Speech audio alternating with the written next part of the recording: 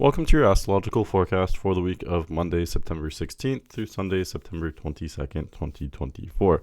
Happy Independence Day, Mexico, by the way. But anyway, so today we're going to talk about launching into eclipse season with our first eclipse of this eclipse season, the first eclipse of the latter half of the year. And before we do that, I really wanted to talk about how basically the way I see the rest of the year generally playing out. So for most of the last half of this year, I see three distinct phases or like kind of mini eras, three different chapters. One chapter we have just left, and that would be basically August and the first week of September.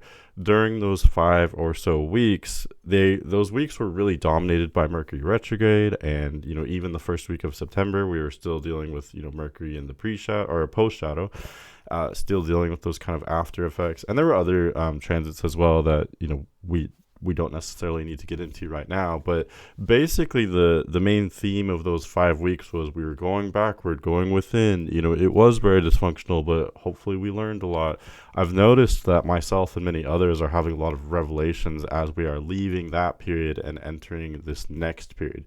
This next period is much different. Basically for most of September and for much of October, this is dominated by the eclipse season. 2 major eclipses, although there is almost a third one, but technically that's not an eclipse. But having these, really intense lunations, intense parts of the lunar cycle. And I always say too, during the eclipse season, it's not just the new moon and the full moon. Obviously those are, the parts of the lunar cycle that become eclipses. But even the quarter moons and the rest of the lunar cycle as well, the whole lunar cycle is supercharged during the eclipse season. So yes, those eclipses are the focal point, but keep in mind too, really in the entire time in between those new moons and full moons that's intense as well. And that's why we call it eclipse season in astrology. It's not just one eclipse or 2 eclipses. It's really an entire season where we can expect a lot of change, a lot of action. And I do think that this is the most intense part of the last half of this year. And just in case you were curious, the third and final phase that I see for this year, which takes up basically November and December, that is slightly less intense than this kind of early fall period. But it's mostly dominated by a lot of T-squares. And that's basically what happens when, once the sun enters Sagittarius, it'll start to square Jupiter it'll square Saturn in Pisces and oppose Jupiter in Gemini. So that's where we get these mutable T-squares, and those will be kickstarted as well whenever the moon passes through one of the mutable signs. Also Mercury will be in Sagittarius at that point. Also, Mercury will be retrograde in Sagittarius for much of December. I actually just wrote it down. Mercury will be retrograde between November 26th and December 15th. So basically the combination of those T-squares with Mercury retrograde, that's going to be very chaotic, very confusing. We're going to be learning a lot, but there's going to be so much action in so many different areas. It may be very confusing. Those of you that have a lot of mutable signs in your chart, yes, you will be prepared for that, but at the same time, your life will be affected the most, if that makes sense. You'll be kind of getting those changes and that intense energy from all sides. But depending on the way your chart is set up, those intense changes for November and December, they may be more or less intense. I think some will be much more affected than others.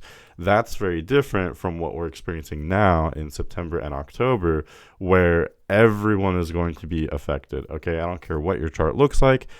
Wherever these, eclipses fall in your chart, and again, even to a lesser extent, the quarter moons as well, you will be affected in an intense way. The question is how, when, where, why, and that's what I can hope to illustrate for you. As always, though, whenever I'm talking about anything in the week forecast, if you're curious about, what does this mean for me personally, it's not too difficult. Even if you are new to astrology, I can understand how it can be intimidating, but in my opinion, it is somewhat simple.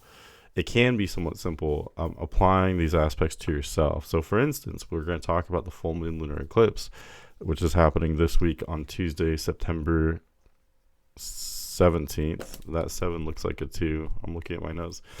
Tuesday, September 17th, there is a full moon lunar eclipse that we'll be talking about, which is happening at 25 degrees Pisces. So once we get there, it's just a matter of looking at your own chart and saying, okay, 25 degrees Pisces, what does that look like in your chart? Are there any planets there? What house is that in?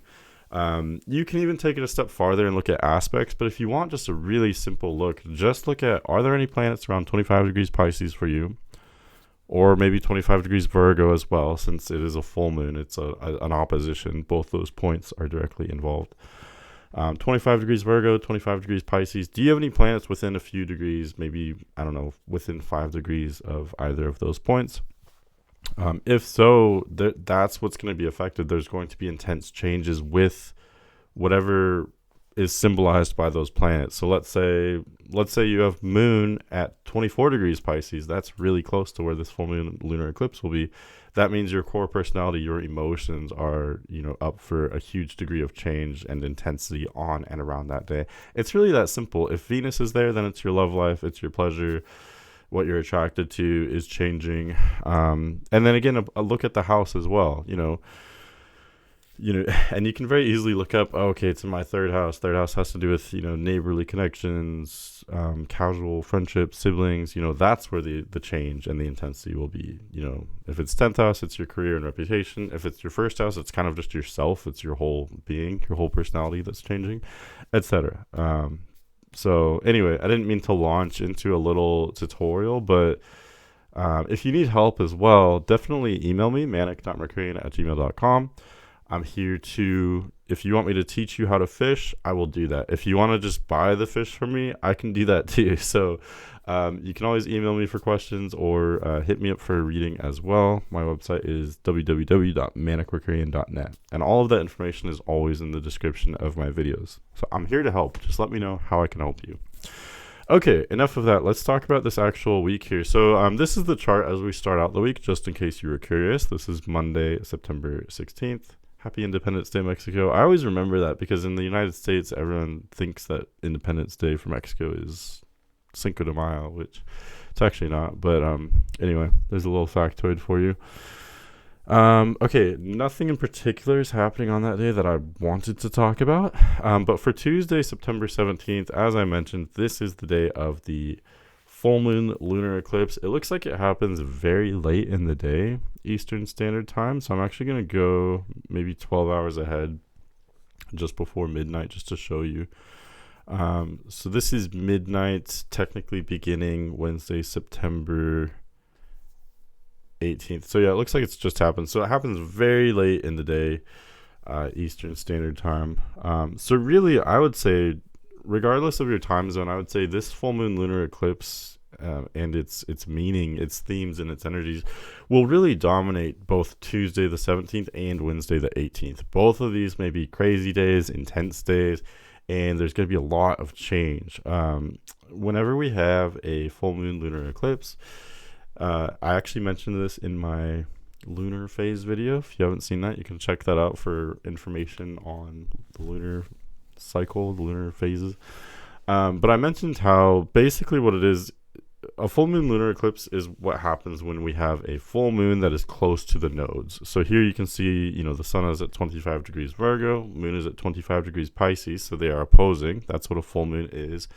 And the nodes are at 7 degrees Libra and Aries. So they're only about 7 plus 5, 12 degrees away. It's less than half a sign. It's definitely an eclipse for sure. And basically what happens is we get this blast of nodal energy. And the nodal energy is very exciting, or in other words, eclipse energy and nodal energy are basically one and the same. I think that's more or less correct to say. But we get this blast of nodal energy, which can be very exciting. I mean, when I was young, in particular, I loved nodal energy because life feels like a movie. It's so theatrical. It's such a roller coaster. Intensely bad things can happen, but it can be very exciting as well because there's so much learning. Nodal energy and eclipses, they provoke excellent opportunities for learning and growth, which is very exciting. I mean, if you're here for learning and growth. You're interested in astrology, you're interested in learning about yourself and learning about these cycles and things like that. So I think on some level you can look forward to this and be excited for it, for learning, changing, growing, maybe getting a different perspective on your life, maybe leveling up in some kind of way to something much more exciting, much more aligned with your true happiness and satisfaction.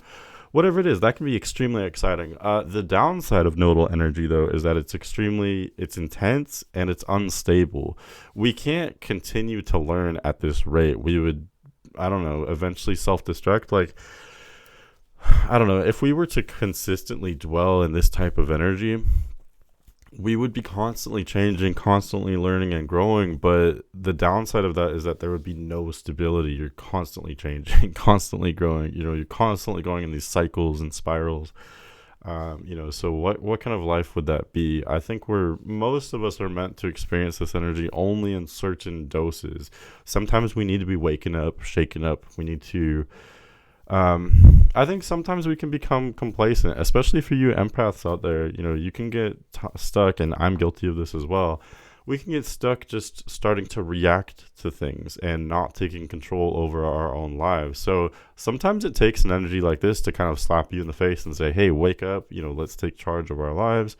In particular, again, I know I already said this, but it's really important. Look at where 25 degrees Pisces, 25 degrees Virgo, where do both of those points fall in your chart? It's highlighting an axis. It's either going to be highlighting the first 7th house axis, the second 8th house axis, etc. And if you look at the themes of both those houses, you can clearly see where there's a spotlight and where there's intensity and sudden change, dramatic change for you, in that part of your life. So, for instance, if it's I'll just give a couple examples. I'm not going to spend a lot of time on this, but if it's in your first 7th house axis, so let's say you have, first house in Virgo, 7th house in Pisces, or maybe vice versa. Of course, things would be slightly different if it is vice versa, but I'm not going to get into the nuances of that. But if this full moon lunar eclipse is highlighting your first 7th house axis, it's all about the give and take between yourself and other people. It's all about your relationships. How do you express yourself while also validating the expression of others and being open to others? That's what this is highlighting for you. And you could expect some major changes with yourself, but also with your personal relationships as well.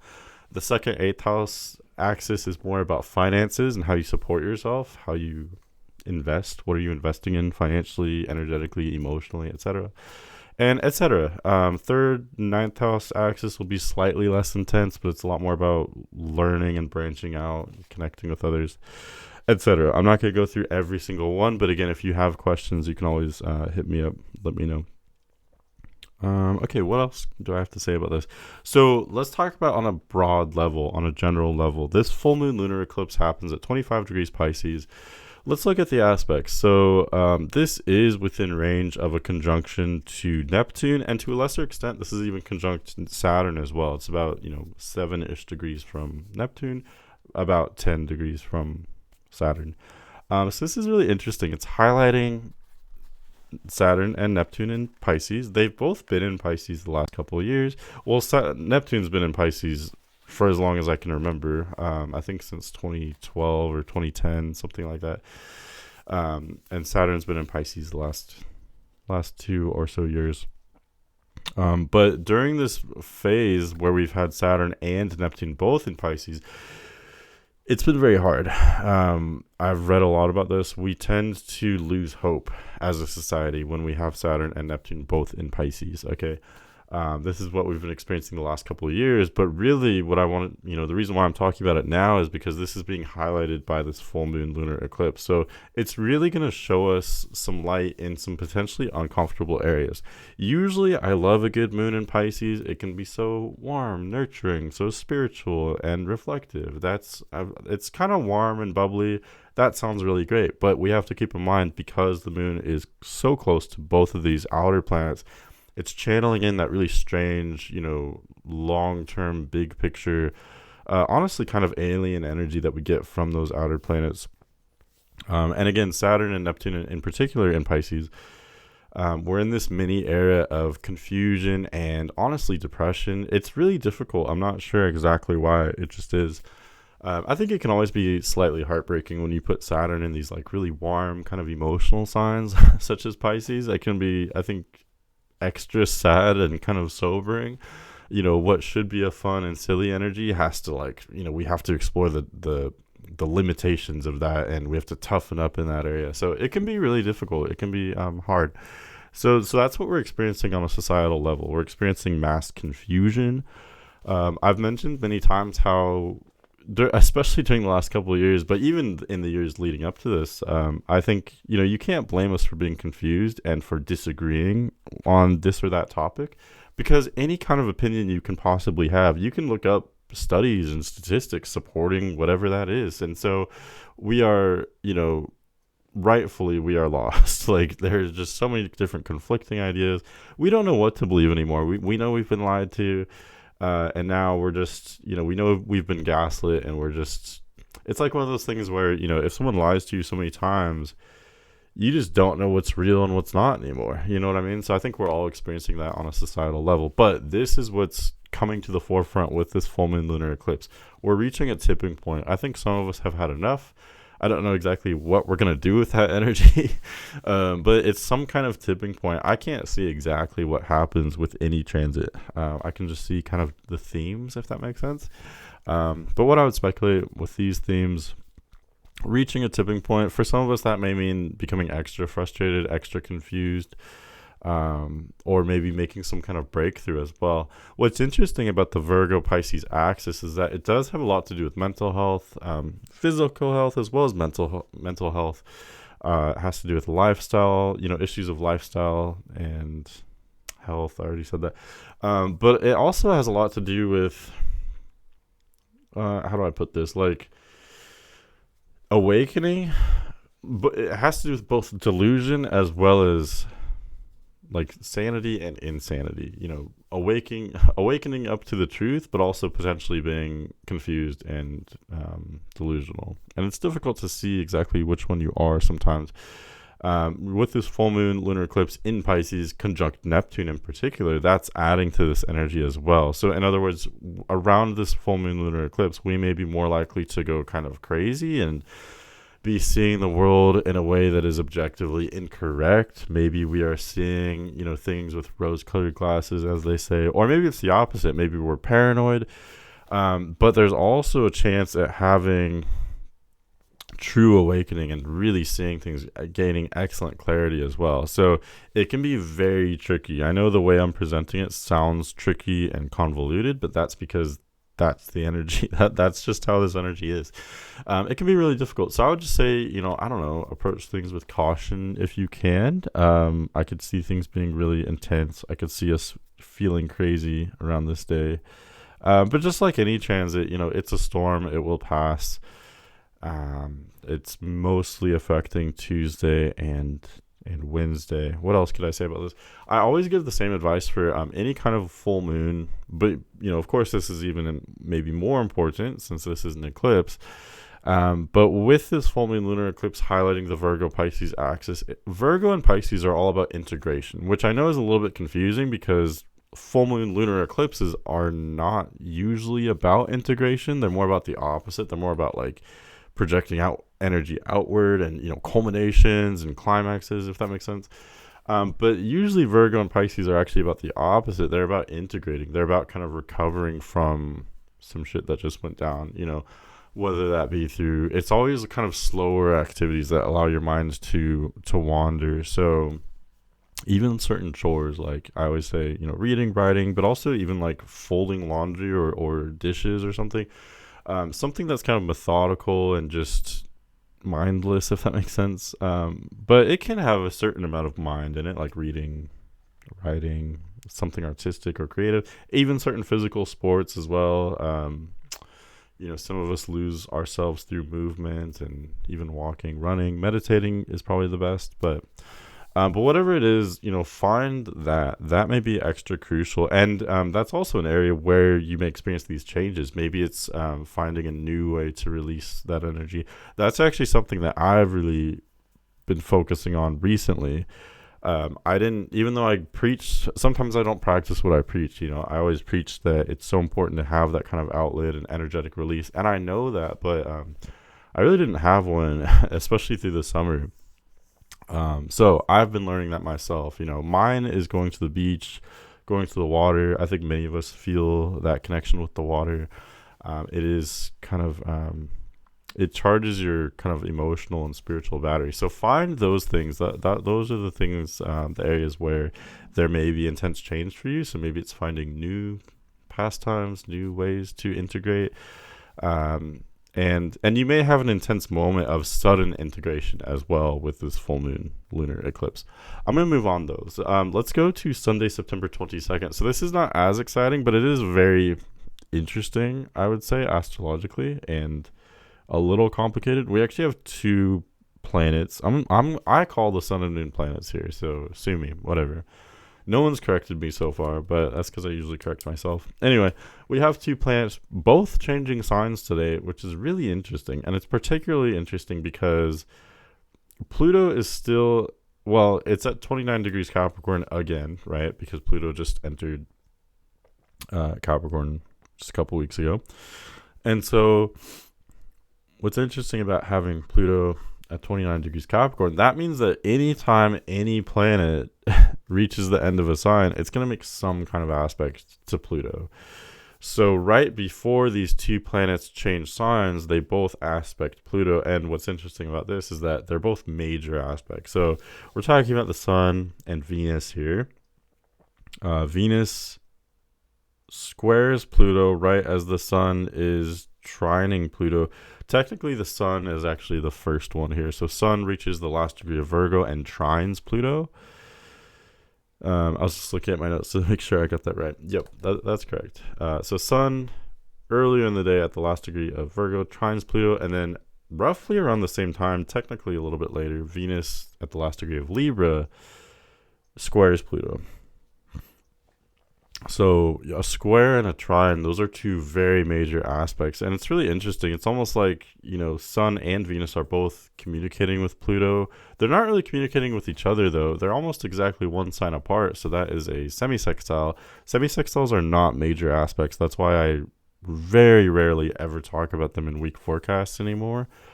They do have some kind of meaning, but it's really not generally worth getting into, I don't think.